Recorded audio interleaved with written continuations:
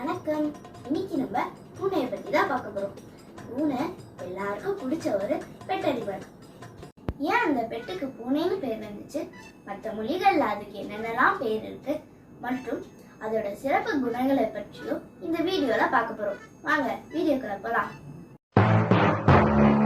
3, 2, 1. தமிழ்ல பூனை என்ற சொல் ரொம்ப சமீப காலத்துல தான் பயன்படுத்துறோம்.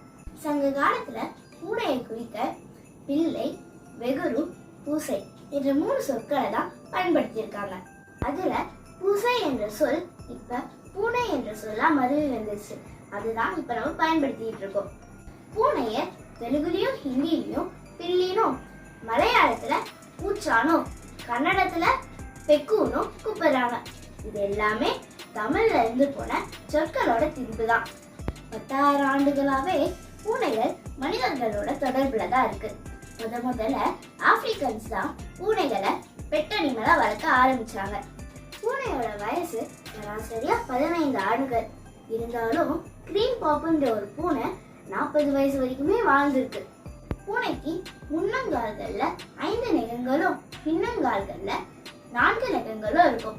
பூனை நடக்க சொல்ல சத்தம் கேட்காம இருக்கிறதுக்கு அதோட பாதங்கள் சாஃப்டா இருக்கும். மனிதர்களை விட பூனைகளுக்கு 14 மடங்கு மூக்க சக்தி அதிகமாவே இருக்கு.